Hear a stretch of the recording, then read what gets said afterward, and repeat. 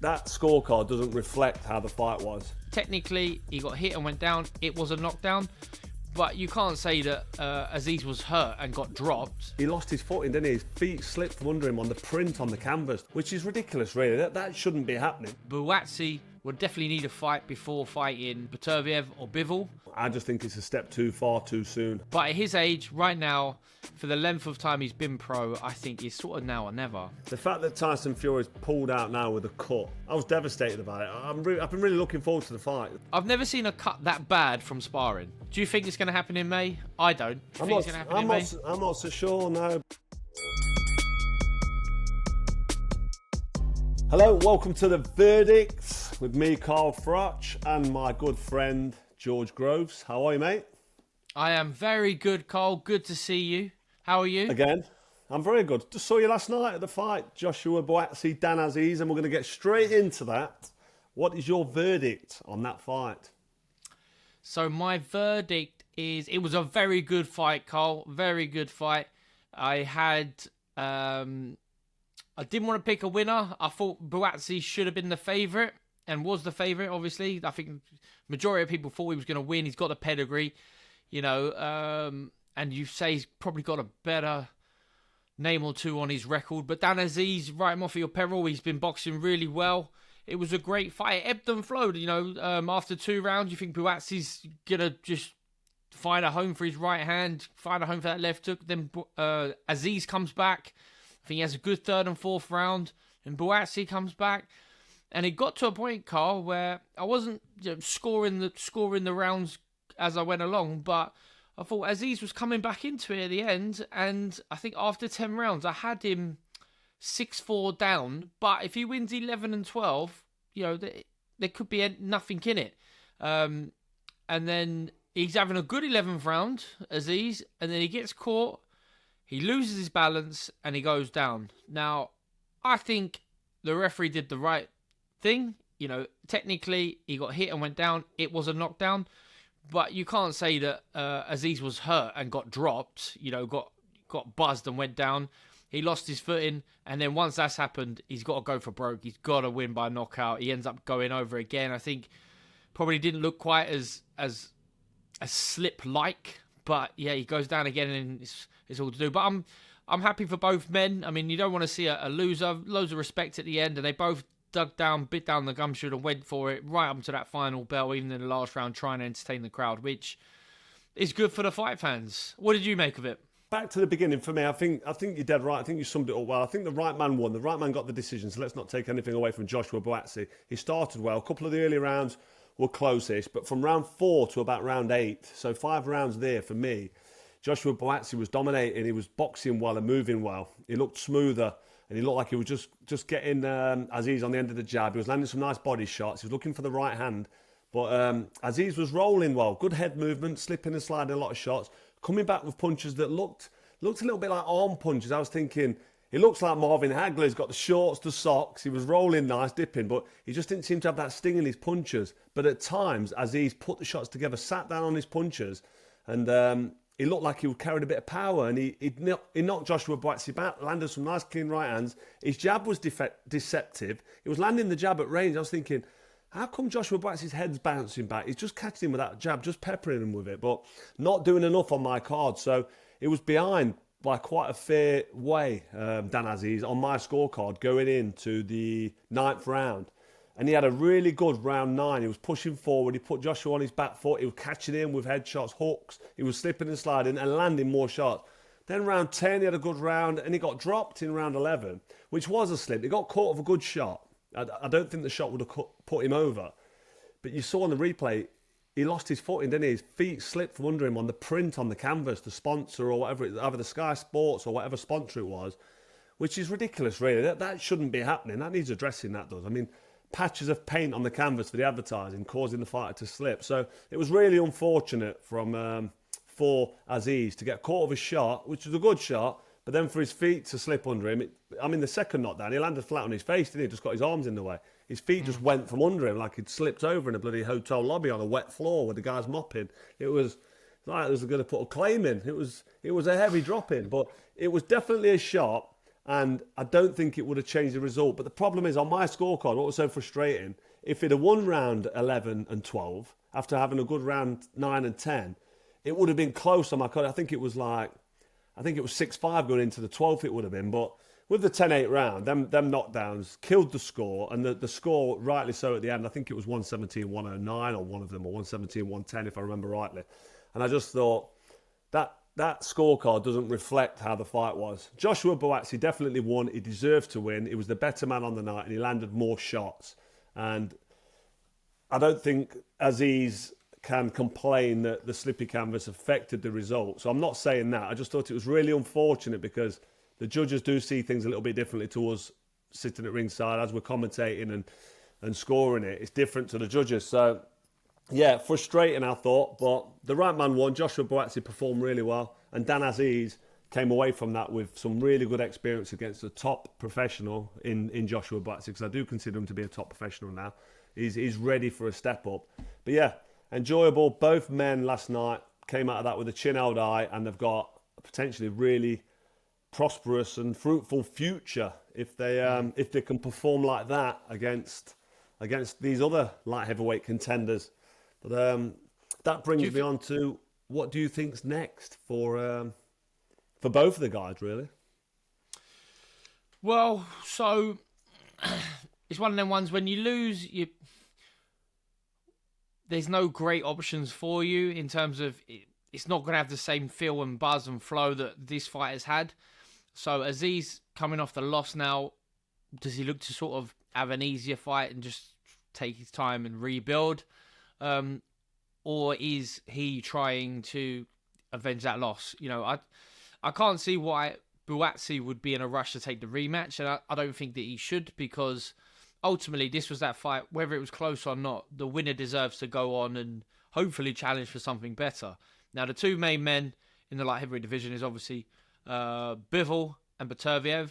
Them two are scheduled to fight June 1st, I believe, and that is for all the marbles, for all the belts, and we'll have one undisputed light heavyweight king. If that does take place, and I have no doubt that it will, these guys are guys who I'm sure look after themselves in camp and always show up, and will get there. But, you know, you never know. Beterbiev has cancelled and had surgery and delayed fights before. We'll have to see that. And Buatsi will maybe get a shot at the winner. And then Azeez, you know, is he looking to stick at that sort of that domestic level? Because there are good fighters here and around the domestic level. Obviously, Callum Smith recently lost. Is it sort of a battle with the guys who've just been beat?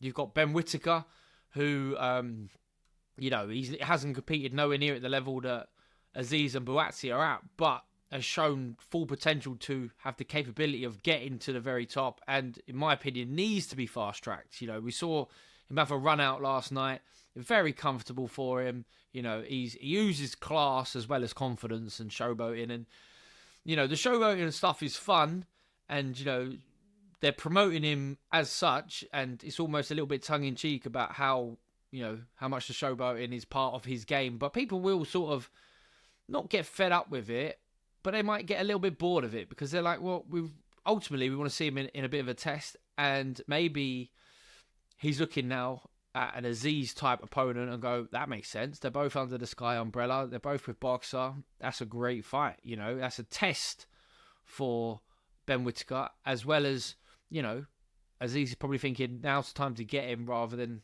later. Buatsi would definitely need a fight before fighting Beterbiev or Bivol. Carl, after watching Buatsi yesterday, how do you think he could stack up against the winner of Bivol Beterbiev, either or? Dimitri Bivol, Artur Beterbiev, I mean, that is a quality fight against two real quality operators. I know Beterbiev is getting on, what is he getting on for 40 years old now? So he's getting old, but he lives the Spartan lifestyle, and he's a bit of a machine. And the miles on the clock ain't quite there. What is he, 20, 21 fights he's had, even though he's getting on? And we see him against Callum Smith and Anthony Yard. He put a good performance together. And Dimitri Bivol obviously got that win over Canelo Alvarez. So these two fighters are the monsters of the light heavyweight division for me. They're just like the cream of the crop. Would I confidently stick Buatsi in with them two right now in his next fight? I'm not so sure about it. I feel like he needs a bridging fight. He needs a Callum Smith, doesn't he, or or an Anthony Yard or somebody like that, I think, before chucking him in straight in. But he's been a pro now for long enough. He's 30 years old. What is he on? He's getting on for 7, 8 years of pro. So he's a good enough fighter. I think he's capable. He showed a lot of talent last night. But to go up against somebody like a Beterbiev or a Bivol, I just think it's a step too far too soon. If I was managing him, I'd like him to have an in-between, a stepping stone fight with somebody who's bridging the European and world level. Like I've said, probably a Callum Smith or an Anthony Yard. What about you? Would you chuck him straight into the Lions? Well, it's one of them ones, Cole, at some point you just have to make that step. But I wouldn't be confident of him beating either or, after last night's fight. Azeez, great fighter, we know that, but doesn't have the punch power that Beterbiev has. So you can't give away any free shots with Beterbiev. You can't sort of, at times, Buatsi sort of pulling out high and letting Azeez land that right hand. And it felt like Azeez was feeling the pace of the fight and decided, I'm just going to win on volume rather than trying to punch through the target, dig his toes into the ground. Whereas we know Beterbiev doesn't fight like that. He just keeps coming. He keeps coming and he can increase power throughout the combination. He doesn't touch and finishes one hard shot. He might throw 5, 6 punches and everyone seems to look like they're getting hotter. That said, Bivol as well, he's a big guy, well-schooled, looks super strong, looks like a great athlete, punches very correct. The stand-up performance, I know, can be slightly misconstrued because Alvarez is a small super middleweight, but the fact that he was able to box him at his range, keep Canelo under wraps, couldn't get himself into the fight, disciplined, stuck to his game plan, and done a spot-on job. So you're right. I think you're definitely right. If you back in Buatsi to beat one of those guys, he needs another bridging fight at that level, and whether that be a Callum Smith or a Yard or someone else, I don't know. But it makes sense as well. If those guys are going to be fighting in June, then he's got time to get one more in before that happens. But it might be as well that, once one guy's got all the belts, all the mandatories start flowing his way, he can't keep up with all of them, and then maybe the WBA scatters and Buatsi fights someone else for it. I'm sure all the British promoters will be keen for that because there's loads of great Brits at the moment that can all fight each other for a world title. But yeah, I think it's a tough position, isn't it? Is in. It's a really tough position. If you're WBA mandatory now and you're looking and you've got Bivol waiting for you or Beterbiev, you're thinking to yourself, bloody hell, what is going on? I mean, I know you want to take the chance and you do take the chance. Me myself, looking back at my career, I jumped in with unbeaten Pascal, I jumped in with Jermaine Taylor, and I come back and fought undefeated Lucian Butte, but I was established pro when I fought Butte, so that's probably a bad example. But my first fight was against unbeaten Canadian Jean Pascal, but Pascal wasn't proven at world level to be one of the best in the world and an absolute monster of the division. So he's in a sticky position, isn't he now, Joshua Buatsi? He's kind of timed it well and hung back. When Eddie Hearn went over to DAZN, he stayed with Sky, and now he's on Sky. He's had a couple of opportunities. Now he's taken this one, so he's WBA mandatory. And he's got one of them 2 monsters waiting for him. I wouldn't fancy that. Well, I can't say I wouldn't fancy it because I'll fight anyone. What about you? If you was in this position, what would you do? Would you be like, I'm going for the big guns, I'm going to chuck it, I'm just going to go for it and see what happens. If I'm not good enough, I'm not good enough. Or would you try and be cute with the step? I suppose you've got to be managed well, hasn't it? If you was managing him, would you want to put him in more of them? Or would you try and manage him a little bit safer? Well, I think whether it's the right move or not, everyone will have a different opinion. But I think he's been a bit safe throughout his career. That's why he's had a couple of injuries and he has moved promotional team. I think he's also moved managerial teams, and surely that'll keep him out the ring for a little bit. And then when Matchroom moved to DAZN, I know he wasn't as active as he wanted, and that's why him and Lawrence Okoli and a few others end up leaving, going back to Sky. They wanted the profile, they wanted to be busy, and that's what he's been saying since he's come back to Sky. He wants to be busy, but at his age right now, for the length of time he's been pro, I think it's sort of now or never. And Beterbiev is old, but he looks like he's going nowhere. Same with Bivol. So you got to fight him. If you want to be a world champion, you got to fight him. So I think stick him in.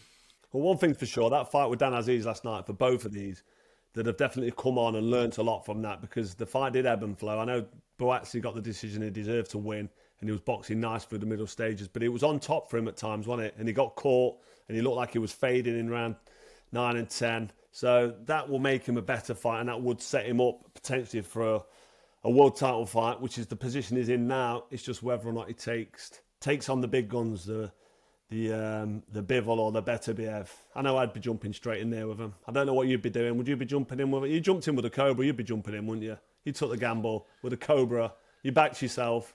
You'd have a go at Bivol, wouldn't you? I don't know. I like you, Cole. You were my inspiration, mate. I looked at you. He don't duck no one.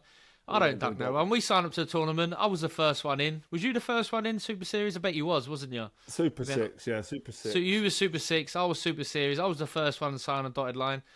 None of the other champions wanted to come in. Mine was called the Super 6, though. Mine was the Super 6. Yours should have been called the Mediocre 6. We've had this discussion. It's just timing, isn't it? It's who's at the top at the time. Yeah. Boxing's all about timing. But anyway, let's move on before you come back with that. So Cole, one bit I want to ask you as well, because I think this is see your perspective. It was a very entertaining fight last night for the British boxing crowd. Good. How important do you think it is that entertaining fights are happening in the UK right now? Listen, I think it's massively important. Entertaining fights in Britain, especially with what's going off in Saudi, because any fight that you get excited about now, and any fight that you think's worth watching, especially with the heavyweights, they always end up in Saudi Arabia. So you do think to yourself, when are we going to get a Wembley Stadium again, or when are we going to pack out the O2 or the MEN in Manchester? When do we get that kind of fight? So to see these two guys last night, Buatsi and Dan Azeez, fighting 12 rounds toe to toe in an all British affair for a world title eliminator. Fundamentally, it was for a British title, which is brilliant, but it was an eliminator for a world title. I think it's massively important because it keeps the boxing going, it keeps people talking. So yeah, I think it was a great fight between two top prospects, now world title contenders, and I was very happy with the whole evening, I've got to say.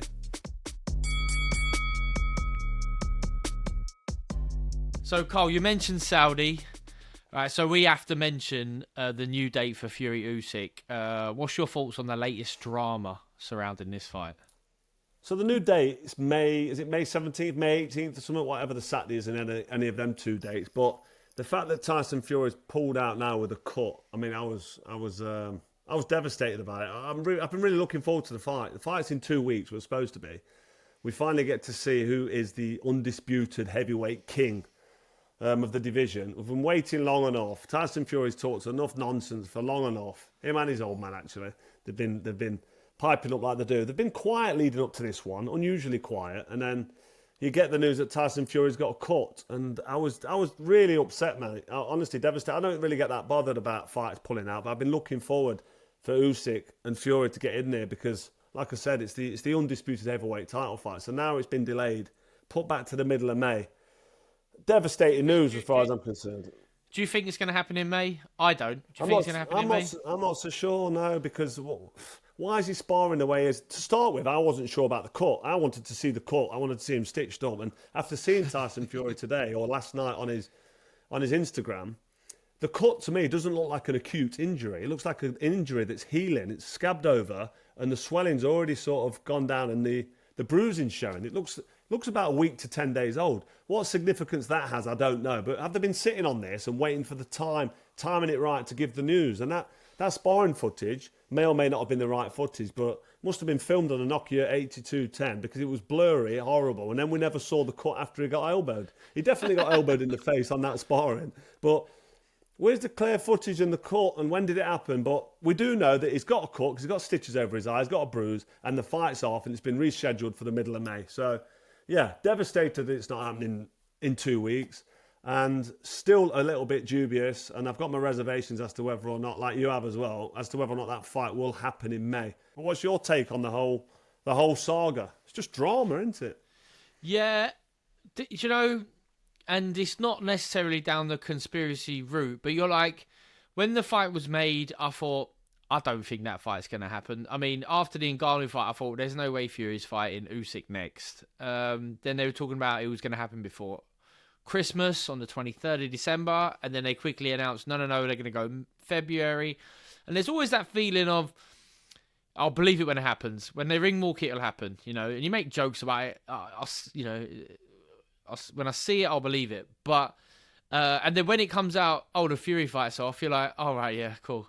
There's no shock factor to it. You're like, oh, what happened? Oh, Fury's cut, and you're like, yeah, like it could. Usual bit is that you don't just go, oh yeah, oh that must have happened in sparring. You quick really, how? What happened? What is and you do kind of doubt it. I've never seen a cut that bad from sparring. Like sometimes you get a tiny little, you do get bruising. Yeah, a little you know, nick. you get, Yeah, I've had a and tiny then there's nick some before. I have. tiny nick. From but it doesn't even bleed, does it? You know, and he'll be gone in a couple of days. Doesn't need a stitch. That obviously he's had. I think he's got a lot of scarring over the eyes. He's had bad cuts before. If it might be the same eye, I'm not sure. It might be a different eye. But yeah, I mean, to get that cut that bad in sparring, it's like it's unlucky, isn't it? Really, because that's not a cut you can sort of quickly get over. I mean, don't get me wrong. If he really wanted to fight, he could have stitched it up. Get the stitches out in 5 days. You know, do your best to heal it as best you can. Stick a load of Vass on it. Make sure you don't get hit on it in the fight. Wear glasses and then blag it. Yeah, and it'd be fragile though. And the scar tissue would not be healed in time for 2 weeks. But I know what you mean. No, it would open. It would likely open in the fight, but you can still get through the fight. And I'm sure there'll be dozens of fighters who are testament to them getting just fight fit. You know, passing the doctor to be able to box. But, you know, maybe that's just a sign that Fury still believes in himself. The most important thing is him to beat Usyk. He's not in it just for the money. He is willing to park whatever that mega payday was and delay it. It was very convenient that they've announced the fight, the new date, whilst everybody's gutted and moaning that fight's off and it's saying, oh, I knew this was going to happen. Straight away they announced the date. So that sort of takes the edge off the fight being cancelled and takes the pressure off the Saudis and off the promoters that the fight's not on now. But now they've announced it again. It almost resets you in your mind. You're thinking, all right, so the fight still is definitely happening and it's happening in May. Oh, that's great. That's great news. But I feel like they've announced it too quick. And that's what makes me think to myself, is this even going to happen? So that's it for this episode of The Verdict. Thank you very much, George. Whilst I've got you, please hit subscribe, like and share this video. Don't forget to leave your comments. We'll have a look at them. Appreciate it. And we'll see you next time on The Verdict. Boom.